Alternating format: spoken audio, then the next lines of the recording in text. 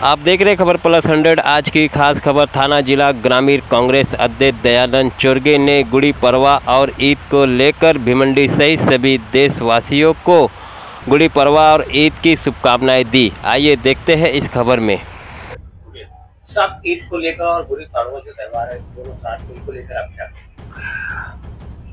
आज खरं तर मराठी दिवसाचा आज शुभारंभ झालेला आहे आणि जसं की आपण नेहमीच बघत असतो की नवीन वर्ष खरं तर आमच्या मराठी जे महाराष्ट्रामध्ये जे आम्ही महाराष्ट्र लोक राहतो यांचा खरं तर आजपासून नवीन वर्ष सुरुवात होत आहे आणि बरेचसे जे लोक आहेत, बरेचसे नागरिक आहेत ते 31 डिसेंबर साजरा करतात। पण हा 31 डिसेंबर काही नवीन वर्ष नाही, खरं तर महाराष्ट्रातील मराठी माणसांचा जर कुठला जर वर्ष नवीन असेल तर आज गुढीपाडवा आहे आणि आज खरं तर नवीन वर्ष सुरू झालेला आहे।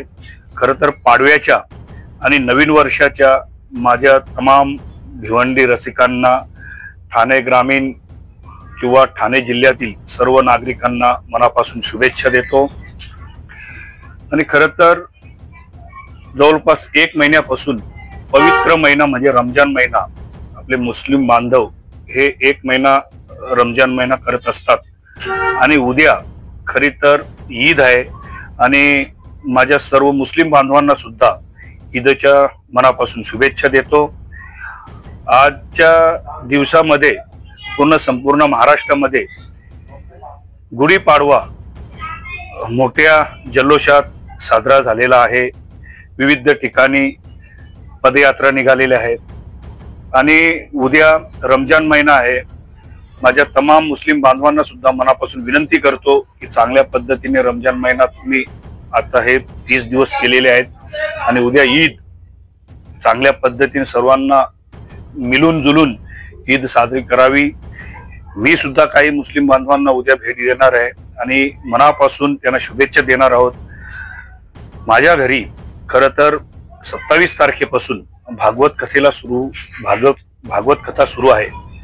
27 तारीख ते 3 एप्रिल या दरम्यानमध्ये जवळपास 8 दिवस भागवत कथा सुरू होतात। आज 4था दिवस आहे आणि 8वा दिवस जो आहे तो 3 तारखेला आहे आणि 6व्या दिवशी श्रीकृष्ण भगवानाचा जन्म आहे, रासलीला आहे। 7व्या दिवशी श्रीकृष्ण आणि सुदामाची भेट आहे आणि 3 तारखेला काळ्याचा कीर्तन आहे, महाप्रसाद भंडारा आहे। तरी माझ्या सर्व भिवंडी रसिकांना माझी विनंती आहे की या 4 दिवस भागवत कथेला मोठ्या संख्येने उपस्थित राहावे।